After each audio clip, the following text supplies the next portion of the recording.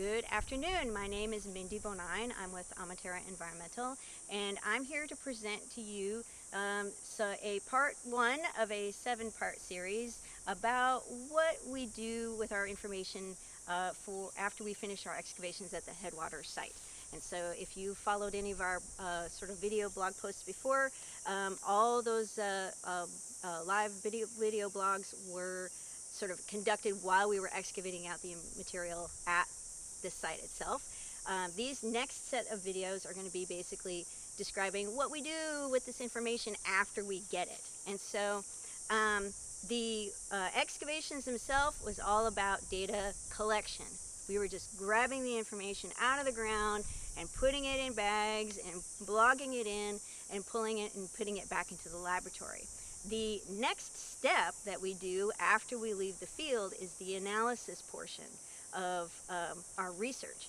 And so we're going to delve into a little bit some of the research topics that we use for the analysis portion of our work, and then usually we use the analysis to come up with the really good meaty information, the really cool things about what was happening at the site, how people lived there at various periods of time, and we can say really awesome things about prehistoric life at the Headwaters site. So, but to get to that point, we got to go through some onerous, sort of slightly onerous procedures to be able to get our information all together in one place and actually be able to understand it. So I'm going to talk about one of these methods of doing that, and it is about site stratigraphy and site integrity. And we've talked about stratigraphy before.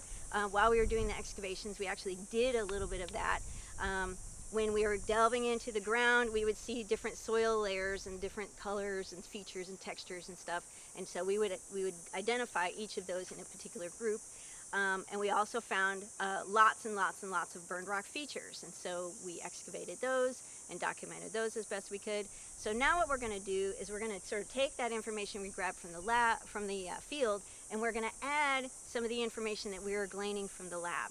And so I have a mock-up here that I'm going to sort of explain about site integrity, and it's sort of, this is the stratigraphic portion. This is, you know, a profile view of a soil column here, and on this side is the opposite way. So this is the vertical of the site, and this is the horizontal of the site. So this is like a block, and I'll explain what we're looking for integrity for each of these things. So I'm going to start with the profile. Here you see what we gleaned from the field.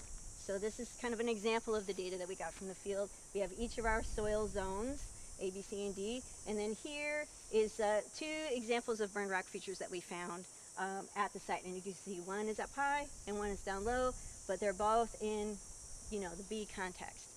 And so what we're going to do is we're going to add the information that we're gleaning from. We also got this information from the field, but we had to process it in the lab to be able to get meaningful data out of it. So our first category is radiocarbon dates, or C14 dates. The second category is artifact density, which is basically how many artifacts we're finding in any one particular place. So if you remember, we are excavating by 1 meter by 1 meter by 10 centimeter levels.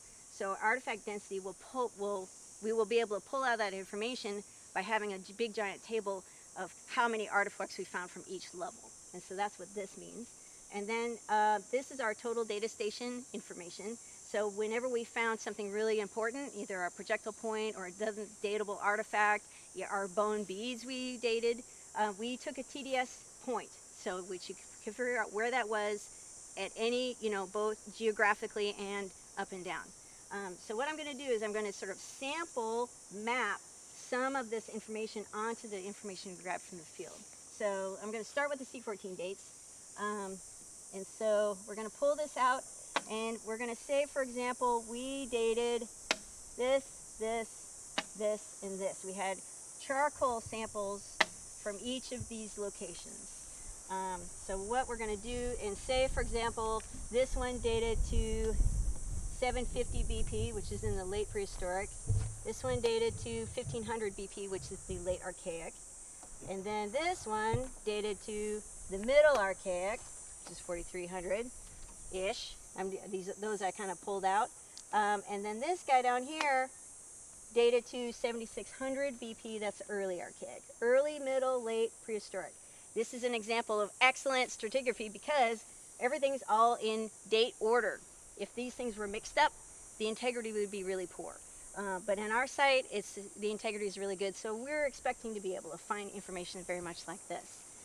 Say, for example, we'll go back to the density of artifacts. We are expecting to find stuff close to the layers of where we found the features, here and here. So I'm going to populate, so as an example of excellent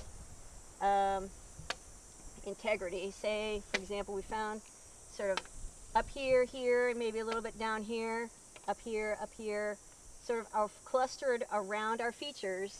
But say, for example, we find some sort of spikes in our artifact count somewhere in the middle, where there isn't a burned rock feature here and here. What does that mean? That's going to be one of the questions that we're going to ask. Say, for example, and then we'll move on to the total data station. These are, say we found sort of a lot of very significant, datable, culturally relatable artifacts, sort of here, here, here, and let's see, there, that one, and that one. So, this is kind of a vertical example of what the types of information that we're going to find. What we're really doing is we're looking for patterns. We're looking for places where the dates match up with the features, match up with the spikes in artifact counts, and spikes in the locations of datable and sort of culturally understandable artifacts in and of themselves.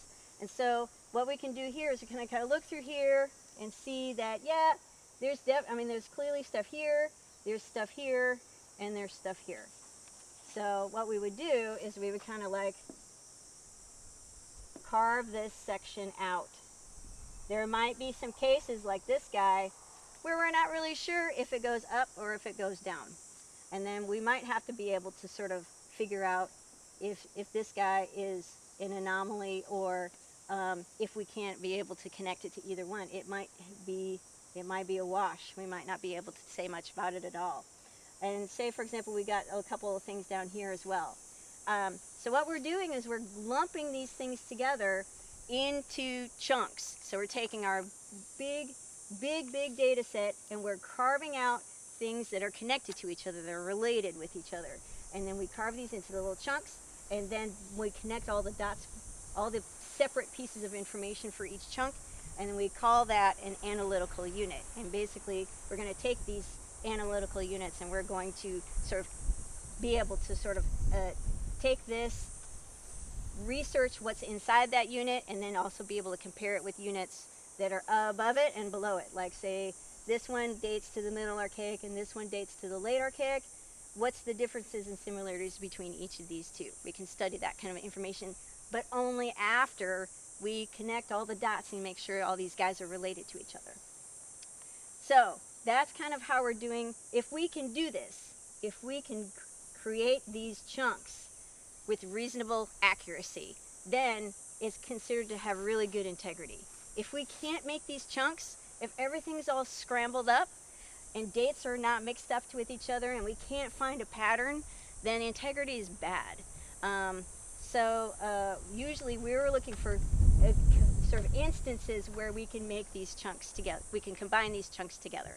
And we can definitely do that at the Headwaters site. So this is, so mostly we're getting to the point where we're going to just sort of try to combine these things together. So, and we can do this vertically through time, which is, basically what we're doing through time, but we can also do it horizontally as well. So horizontal integrity is a little bit different than vertical integrity. What we're kind of doing is seeing how things relate to each other across a surface. And so, say for example, everything's been excavated down to the same level, and we have two hearths that are kind of at the same level. We want to sort of find out how things are, how close they are to these hearths and how far away they are. The expectation generally is that the closer you are to a feature, the more artifacts you're going to find. And then if you get farther away, where there's less activity, people are, you know, sort of walking that ground a lot less than near here, there's going to be a lot less artifacts out there. So I'm going to sort of set up an example of sort of situation where there's good integrity, and I'm going to kind of map these out. These are sort of artifact density, and this one was just a dot. Here we separated it out between high, medium, and low to be able to sort of show you how things are laid out. Give me a minute here to kind of lay things out. Oh, I got to put some in them.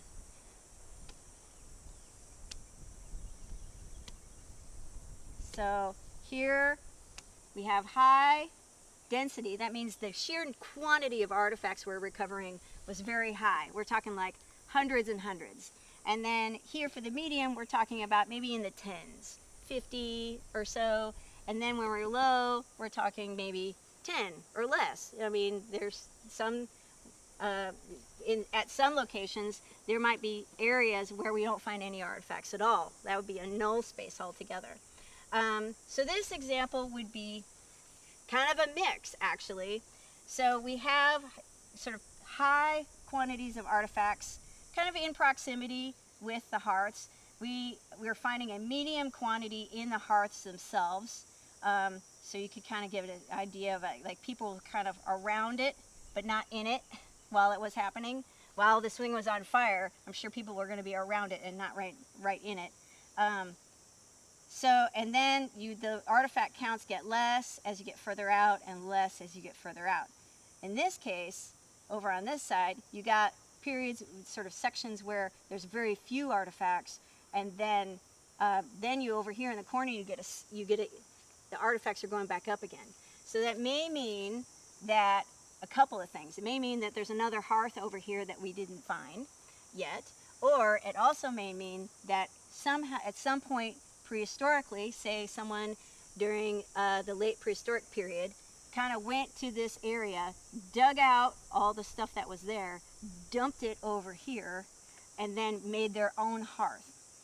That is also a sort of, happens a lot. There's huge, instances where prehistoric people will come and they'll visit a spot that their forebears visited, 100, 200, even 1,000 or so years ago, and then they just kind of scrape everything out, dump it off on the side, and then make their own thing. What we find is the last time somebody did that, and all the artifacts from all the previous times could be scattered about somewhere else. That is also included in our discussion inside of site integrity, because we know reliably what one instance looks like, but we don't necessarily know what all the other instances look like either. And so we kind of have to judge based on how things are in proximity to each other, how they're connected. So say, for example, I wanted to try to make an analytical unit for this site, for this information right here, a data chunk, where I'm going to eliminate some and include others. Well, I'd probably do something like that. Or even I might do something like this, where these guys were associated with this hearth and these guys are associated with this one. Maybe that one too, for example. It's one of those things, it's like a puzzle. You really have to kind of study it and map it out and see how things are close to each other, whether or not they had the same types of information in it, same types of artifacts are coming out, and be able to sort of draw these little activity areas that we can use as part of our analytical units. And so this would be an this would be an AU in the horizontal, and we might be able to sort of link this with other AUs that are happening vertically as well. And this is basically my sort of how we set up site integrity. If this happens and we can do this, then integrity is very good, and we can sort of go to the next step. This is basically step one of a multi-step process. So step one, if this is really good and the organization is really good, we can go on to the next step, and which is the next step I will be talking about in our next video. So if you are interested in learning out more about this and trying to keep up with the next sequence of videos that we're going to do, please sort of like and subscribe, so you can get notifications as to when the next video is going to be uploaded. And please feel free to ask me questions, and I'll be happy to answer them. And I will be sort of checking and updating, and hopefully we'll have answers for the next video. So I hope everyone has a good afternoon, and I'm going to sign off. Thanks very much.